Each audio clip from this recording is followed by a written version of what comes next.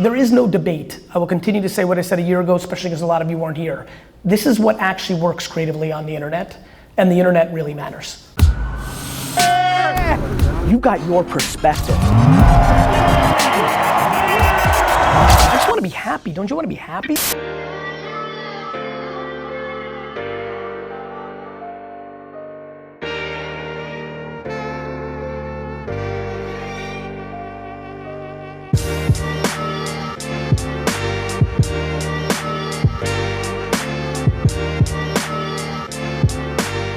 One of the best parts of being CEO of this company in the last 4 months is way more one-on-one meetings have happened, and I can't tell you how much, as a macro, that makes me feel better, because it's not only the 100 people I've seen in the last 120 days, it's also the 2 to 3 that they've affected by the meetings I've had internally, and I think it's been collectively good, and I'd like to triple down on more of that.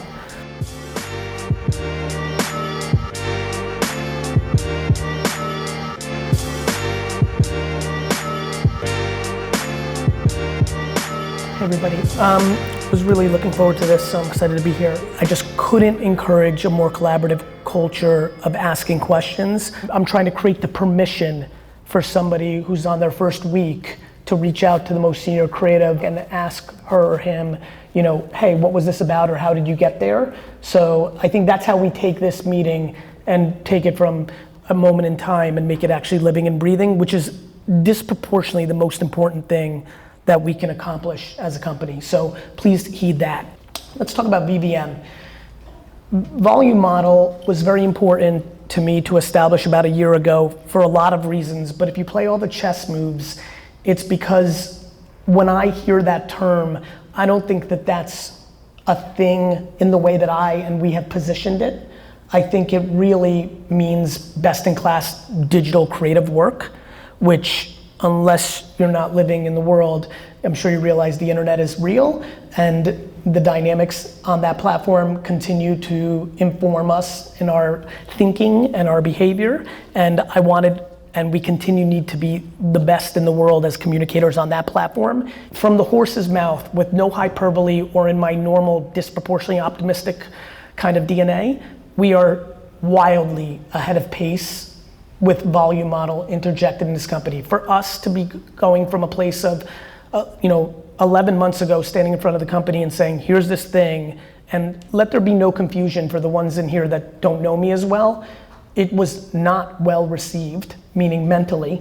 Like, everybody thought, this is cute, but I'm gonna do my own shit, right? Or this is theoretical, but this isn't real. Or most of all, which is the great mistake of companies, my customer's not gonna like this. You know, we talk a lot about our job as strategy, creative account people, is to say the right things, move our clients in the right place, but the reality is, it's a very tough job. I have enormous empathy for account people in their day-to-day interactions where they're getting punched in the face verbally by clients and things of that nature. And so I am so excited about how far along we are, most of all, internally. To go from 90% of the organization not being bought in to 50 is a lot of advancement in 11 months.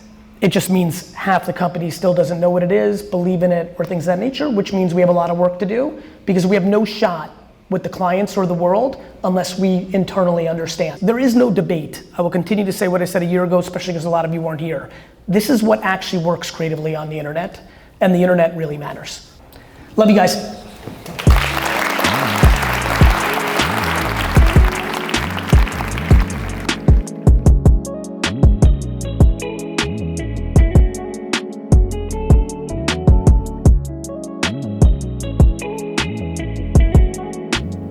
That's the brilliance of a volume creative model. The reason I'm smart and have all these insights is because I've created a content machine that led to me listening.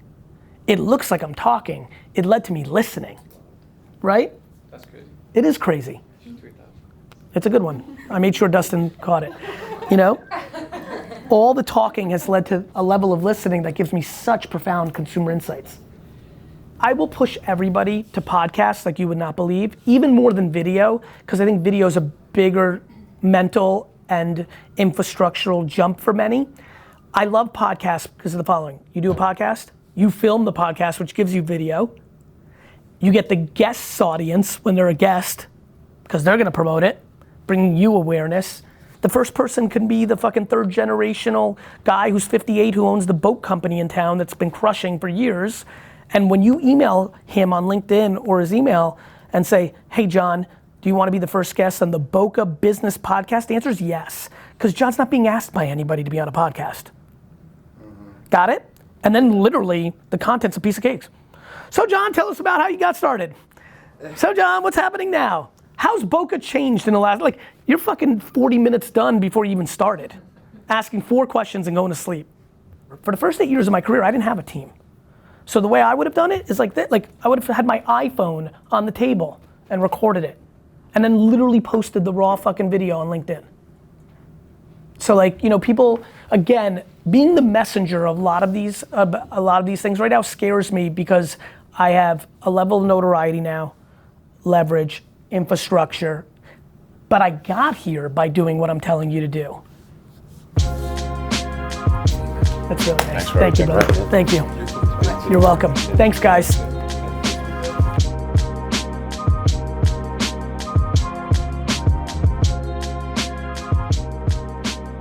All right, folks, welcome to the Grit Leadership Podcast, where we try and build better leaders and teammates through gratitude, relationships, innovation, and teamwork.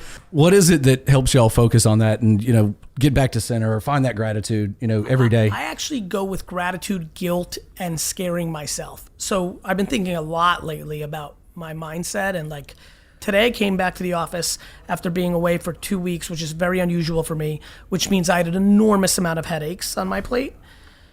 And no matter how bad anything is, I always go to a place of, well, what if my mom got killed?